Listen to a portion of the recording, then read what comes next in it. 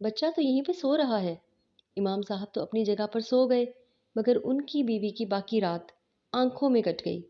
وہ یہی سوچتی رہی کہ بچہ اگر اپنی جگہ پر موجود تھا تو اسے نظر کیوں نہیں آیا تھا۔ اب اکثر ہی ایسا ہونے لگا۔ بچہ جس کا نام سمی تھا وہ اچانک سے غائب ہونے لگا تھا اور تھوڑی دیر کے بعد وہ موجود ہوتا۔ ایک بار امام صاحب کے ساتھ بھی ایسا ہوا۔ وہ اسے اپنے ساتھ اگر ایک دوست کے گھر میں لے کر گئے۔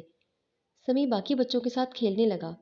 تھوڑی دیر کے بعد ان کے دوست کے بچوں نے بکھلائے ہوئے انداز میں کہا کہ سمی نہ جانے کہاں چلا گیا ہے، ہم نے اسے ہر جگہ ڈھونڈا مگر وہ کہیں بھی نہیں مل رہا۔ یہ سن کر امام صاحب بھی بوکھلا گئے۔ سب سمی کو ڈھونڈنے لگے مگر وہ کہیں بھی نظر نہیں آ تھا۔ امام صاحب نے کہا کہ کہیں وہ گھر سے باہر تو نہیں چلا گیا۔ یہ سوچ کر سب لوگ گھر سے باہر نکل آئے۔ تبھی امام صاحب کو اپنے پیچھے سمی کی آواز سنائی دی۔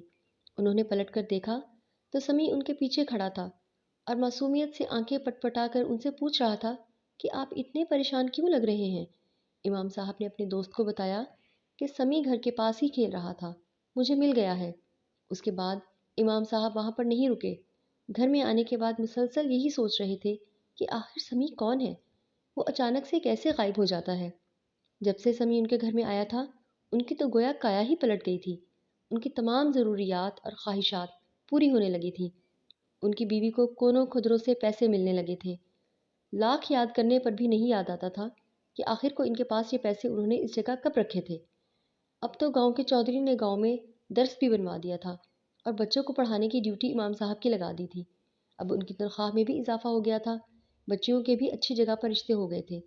یہ تنخواہ ان دونوں میاں بیوی کا گزارا کرنے کے لیے کافی تھی۔ سمی میں گویا ان دونوں کی جان تھی۔ وہ دونوں ہی اس سے بہت پیار کرتے تھے مگر اپنی جگہ پر دونوں یہ سوچنے کہ آخر یہ کون ہے اور دونوں ہی ایک دوسرے سے یہ سوال کرنے سے کتراتے تھے۔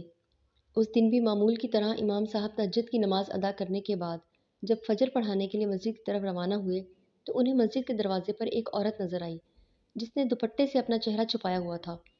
اس نے امام صاحب کو سلام کیا۔ امام صاحب اس کے سلام کا جواب دے کر مسجد میں داخل ہونے لگے۔ جب وہ کہنے لگی کہ مجھے آپ سے کچھ ضروری بات کرنی ہے، امام صاحب کو اس وقت اس عورت سے بات کرنا مناسب نہیں لگ رہا تھا۔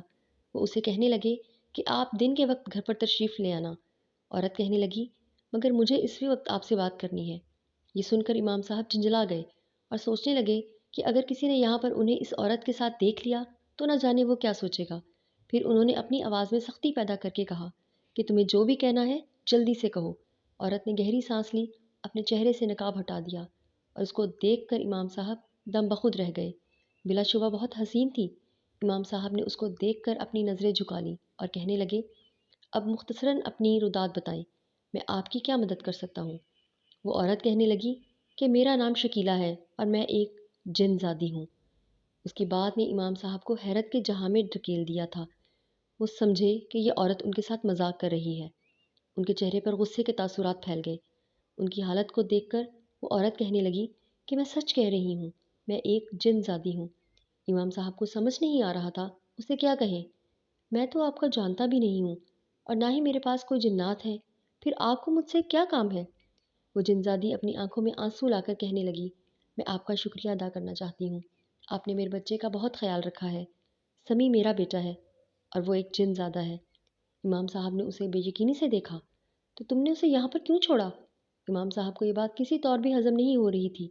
جنزادی کہنے لگی کہ دراصل میں ایک لا علاج مرض میں مبتلا ہو گئی تھی۔ میرے اس سے پہلے بھی 10 بچے پیدا ہوئے اور وہ فوراً ہی موت کے منہ میں چلے گئے۔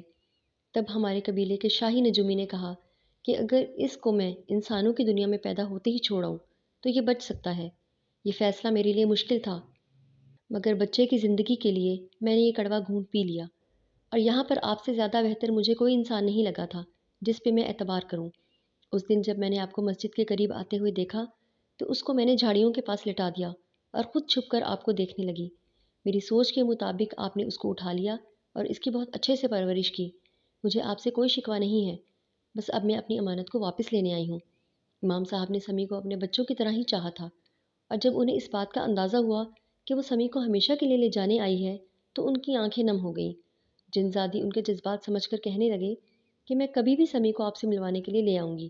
میں اپنے بچے کے لیے بہت ترسی ہوں، بہت تڑپی ہوں۔ اب مجھے اس کے پاس رکھنے کی امید بند رہ گئی ہے تو میں اب اس کے بغیر نہیں رہ سکتی۔ امام صاحب ایک ماں کے جذبات کو سمجھتے تھے۔ انہیں نم آنکھوں سے جن زادی کو سمی کو واپس لے جانے کی اجازت دے دی۔ آج وہ بہت دیر مسجد میں بیٹھے رہے۔ وہ افسردہ تھے۔ تمام نمازی بار بار ان کی طبیعت کے بارے میں پوچھتے ہیں اور وہ مسکرا کر ان کی تشفیع کر دیتے۔ جب وہ گھر میں آئے تو ان کی بیوی نے ان کے گھر میں داخل ہوتے ہی کہا کہ سمی نہ جانے کہاں غائب ہو گیا ہے، صبح سے ڈھونڈ رہی ہوں، کہیں نہیں مل رہا۔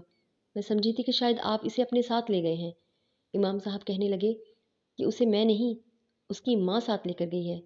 ان کی بیوی نے ناسمجھی سے دیکھا تو امام صاحب نے اسے ساری بات بتا دی۔